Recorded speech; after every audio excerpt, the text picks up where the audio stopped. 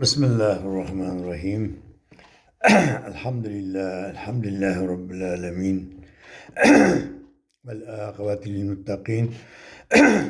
Esselatu vesselamu ala Resulullah. Amma ba'd. Sizlarga hozir bir insonlarni bir-birlari bilan yaqin muloqot qiladigan, qalbdan bir so'zlashadigan, iymonlashadigan insonlarda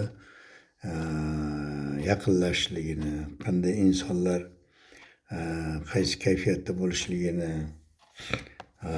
bir o'xshatish nimasida gapirib beraman.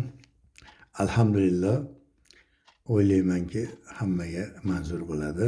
Bismillahirrohmanirrohim. Dengizning o'z kayfiyati bo'lar ekan. Dengiz, mana biz dengizga yirik dengizlarga qaraganimizda uni o'ziga yarasha kayfiyati bo'lar ekan. Ya'ni unga yaqinlashganing sari dengizni haybati ko'tarilib, kengayib borar ekan. Uni yana nima? Cheksizligidan, cheksiz, ko'zingga uzoqlar ko'rinmaydi oxiri. Jozibasidan beixtiyor nima ekan? Kayfiyating ko'tarilar ekan. Beixtiyor ko'tarilib ketar ekan jozibasidan. Bir bor dengizga borgan odam yana borgisi kelar ekan. Bir marta borgan odamga yana dengiz o'zini bir jozibasi, kayfiyati bilan tortar ekan.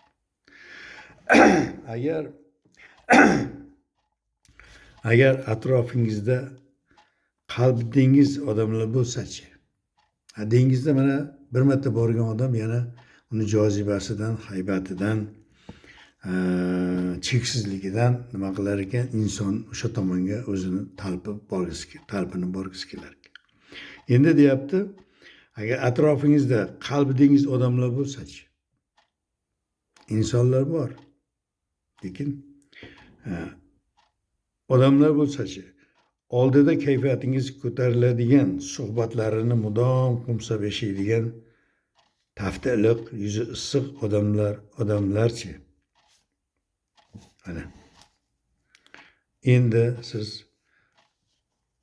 tezda sog'inib qoladiganingiz insonlar. Ana shu suhbatlari, qalbi dengiz insonlarni. Yog'ingizdagi shunday odamlarni qadrlang.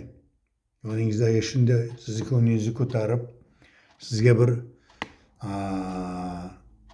iymonda, e'tiqodda, bu dunyo ishlarida, kelajakdagi voqeliklardan bir sizni kayfiyatingizni ko'taradigan insonlar bo'lsa, shunday odamlarni qadrlang.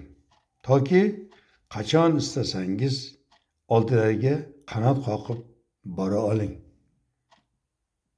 Qarang, yuribmas, qanot qoqib bora oladigan, boring ularga. Chunki sizga unday odamlar albatta kerak bo'ladi. Nima sizga bu dunyoda, bu dunyoning kamchiliklari, bu dunyoni boradigan, boqiy hayotga boradigan yo'llarni qilib beradi.